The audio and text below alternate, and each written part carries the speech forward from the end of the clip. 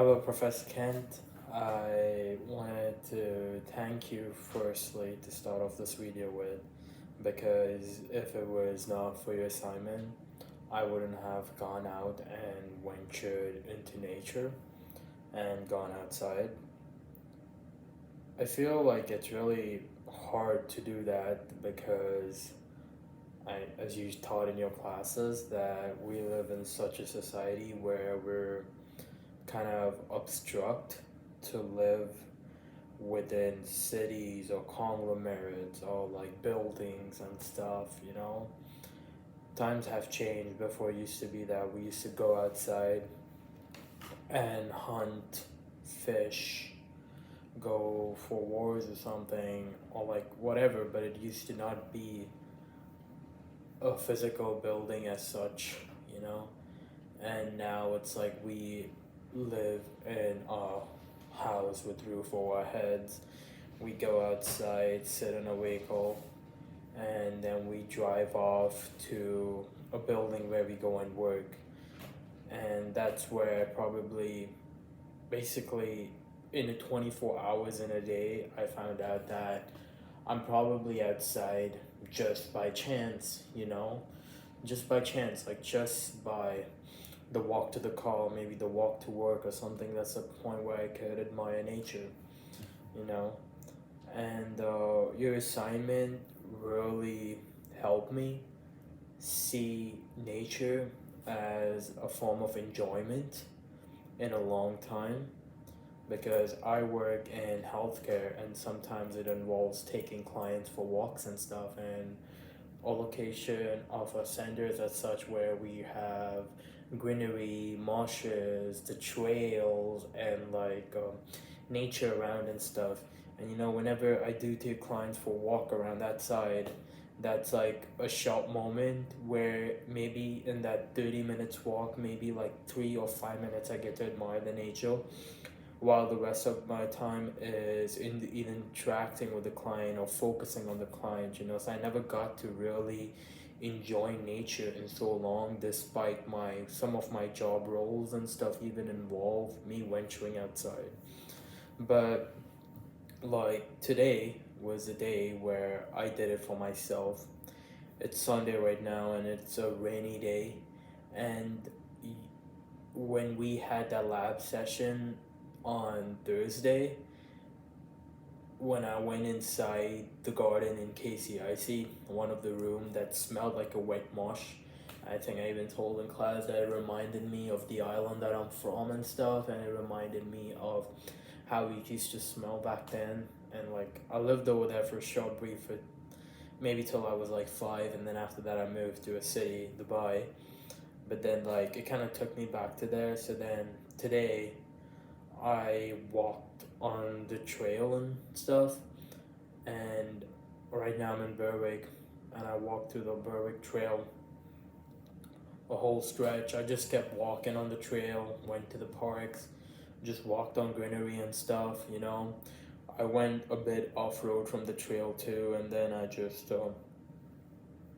ventured out from there within the grasses and stuff with the rain and stuff. And obviously all boots up, laced up and stuff. But it really felt nice though. It really felt nice because honestly, it being my last year right now, I remember before I left for the walk, I was really stressed out. I just got done reading another book for my final research paper and stuff. But then my first 10 minutes of that walk, I'm not gonna lie, I was just thinking about that paper. Like, I was just thinking about my paper, thinking about the last few weeks and stuff. How's it gonna go? How am I gonna get shit done and stuff? But then once I started that walk, it was different. Like, I felt so good. It felt amazing. Like, everything just went out of my mind. I was just thinking about myself. I was just observing things around me.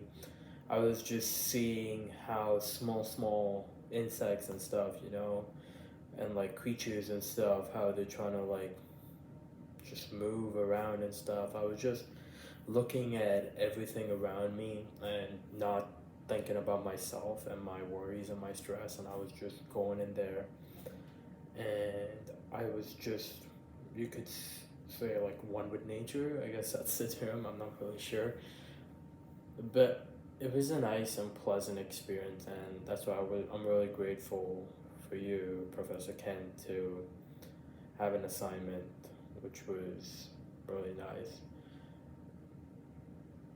It was a lot of self reflection I did on that walk with nature and stuff, where I just realized that it just got me thinking, as a marketer, you know, what am I really gonna do with my life? Like, all these classes that we talk about now is how the paradigm of the shift of this world is taken to something else, which has not been seen in a long time. You could see the 2008 reoccur again, or you could see the schemes before that, where everything went to shit.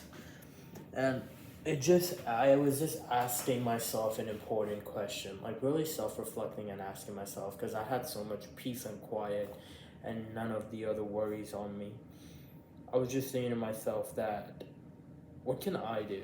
Like, we always talk about how can you be a leader? How can you bring about a change? And I'm not gonna lie to you, most of your sessions, whenever I sit through it, I always assume that leader means managerial or management positions or something really high up. And then as I got deep prepared into my reflection, I realized when you say leader, you don't mean you need to be in position of power. You don't mean you need to be holding something. You just need to have the right mindset. You could be a leader right now as a student, right now, using tools available to you. All the leader does is he believes in something or she believes in something and wants to make a change. I believe that this world is going somewhere else. I believe that we can bring about a change, and I want to bring about a change. And I just realized that how much power do I really have. And I do LinkedIn posts and stuff about SDG awareness and stuff, and then I talk about stuff and all, but that's not enough. I really got me thinking, what more can I do, right? How can I influence change? Because the good thing is that now, as we move into this world, using our education after we graduate, things are not so bad. We're not in a helpless position yet because we still have the power to bring about a change. So I feel like the real question is, how can I use what's available to me to bring about a change? And I'm not gonna say I have the answers for it yet. I'm not gonna say and lie about that the walk helped me get the answers. No, it did not. But it really helped me to ask myself about my purpose and give me some more clarity in my life, that is for sure. But I do know one thing is for sure though, is that I was never a fan of technology. Till date, I can't use fancy devices. I still walk around using an iPhone 8. That's for a reason, because I'm not that tech savvy, to be honest. But it's not about that. It's mainly about that I do love nature, because whenever I do go home, I just love venturing outside. I just enjoy staying in the woods, camping in the woods. I just enjoy just being there. Because that was my entire childhood to an extent. My first 5 years of my childhood when I was a kid growing up, that's all I did. I guess even when I grew up too, even living in Dubai, I did venture out in deserts, stayed overnight in deserts. I went out to parks and stuff, and then stayed late still there and stuff. I was never a person who was inside the house. It always happened when I came here and university became a priority that I stopped going out.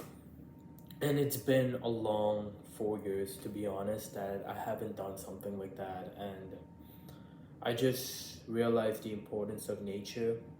It's not just that what it gives us, it's more like it's a part of the heritage of this world. You know, you say, and facts prove it that the way this world shifts, we're gonna go extinct. The nature's the only thing that's gonna survive, you know? And I don't want to be part of this revolution that just goes about making new buildings and just keeps taking out all the beautiful scenic place that we see for mad infrastructure, you know? That's not what I would like. And it was a really pleasant experience to see and feel and self-reflect on all of these matters. And just speaking from the heart, once again, I'm really grateful for this opportunity because it was something that was missing for 4 years, and now I feel like so much better, honestly. Thank you so much, Professor.